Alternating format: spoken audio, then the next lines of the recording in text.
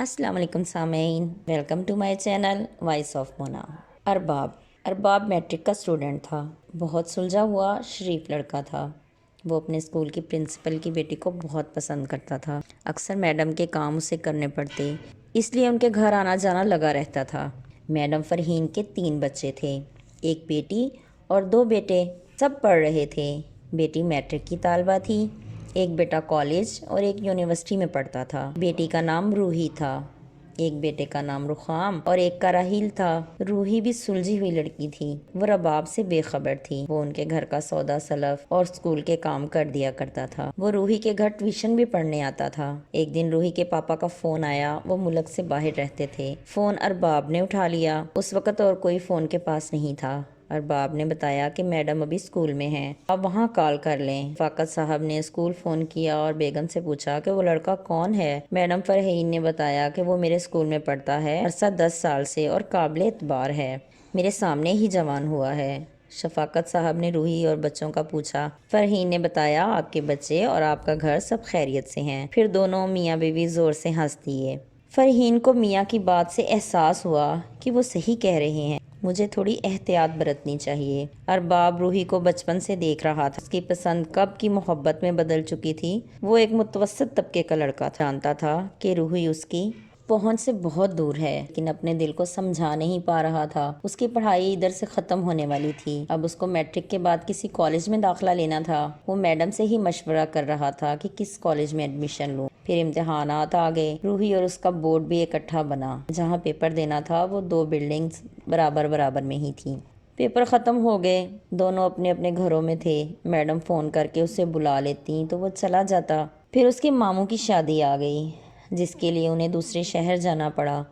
وہ تقریباً 15 دن شادی میں گزار کے جب واپس آیا، میڈم کا فون آیا۔ ارباب کہاں ہو بیٹا، مجھے آپ کی سخت ضرورت ہے۔ جی میڈم میں آتا ہوں۔ وہ گیا تو ڈھیروں سارے کام اکٹھے ہوئے پڑے تھے۔ روحی بھی اسے دیکھ کر آج خوش ہو رہی تھی۔ کہاں گئے چلے تھے تم؟ میں شادی پر گیا تھا۔ انہیں بھی شاید کاموں کی وجہ سے ارباب کی عادت ہو چکی تھی۔ آج اس نے کھانا بھی ان کے ساتھ ہی کھایا۔ رات ہو گئی، اب وہ جانا چاہتا تھا۔ میڈم میں کل صبح آ جاؤں؟ ٹھیک ہے بیٹا جاؤ۔ میڈم کے اپنے بیٹے انتہائی سست تھے، نہ ہی میڈم صاحبہ ان سے کام لیتی اور نہ وہ گھر کا کام کرتے۔ انہیں اپنے دوستوں سے ہی فرصت نہ تھی، اس وجہ سے وہ مجبور تھیں ارباب سے کام لینے کے لیے۔ ارباب ایماندار بچہ تھا۔ پھر ارباب کا رزلٹ آ گیا، وہ بڑے اچھے نمبروں سے پاس ہو گیا تھا۔ ارباب نے بہت اچھے کالج میں ایڈمیشن لے لیا، اس وجہ سے ارباب کا آنا جانا اب میڈم کے ہاں بہت کم ہو گیا تھا۔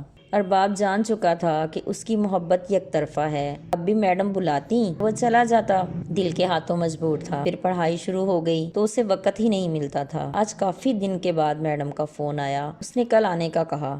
دوسرے دن سنڈے تھا، 10-11 بجے وہاں پہنچا۔ میڈم بہت پریشان تھیں، ان کا بیٹا کسی لڑکی کے ساتھ کورٹ میرج کر چکا تھا۔ لڑکی کے گھر والے ان کو بہت زیادہ تنگ کر رہے تھے۔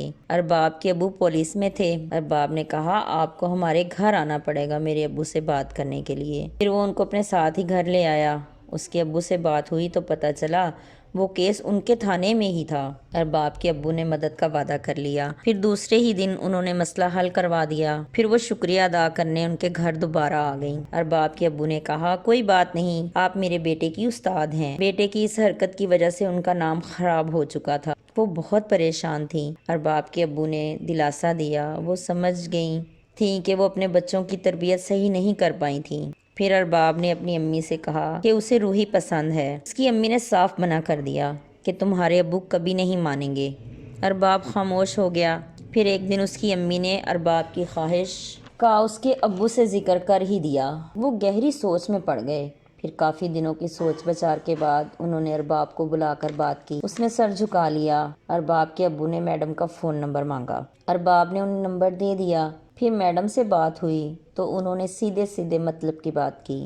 میڈم نے اپنے شوہر سے بات کرنے کا کہا۔ ارباب کے ابو نے کہا آپ ان کو پاکستان بلا لیں، باپ کا بچوں کے سر پہ ہونا بہت ضروری ہے۔ پھر 1 ماہ کے بعد ان کا فون آیا، انہوں نے ان سب کو بلایا تھا۔ ارباب کے ابو نے سنڈے کا بول دیا۔ پھر وہ دونوں میاں بیوی ان کے گھر گئے۔ روحی کے ابو آ چکے تھے۔ وہ بڑی عزت سے ان سے ملے، بات چلی تو انہوں نے ہاں کر دی۔ وہ رسم کر کے گھر واپس آ گئے۔ اگلے دن وہ بھی آئے اور چھوٹی سی رسم کر گئے۔ ارباب سوچ رہا تھا کہ اگر ان کے ساتھ حادثہ نہ ہوتا تو شاید وہ مجھے کبھی قبول نہیں کرتے، لیکن ارباب خوش تھا، اسے اس کی محبت مل گئی تھی، جلد ہی شادی تھی، وہ لوگ بہت جلد اپنے فرائض ادا کرنا چاہتے تھے۔ جیتے رہیے، خوش رہیے، ملتے ہیں اگلی کہانی کے ساتھ۔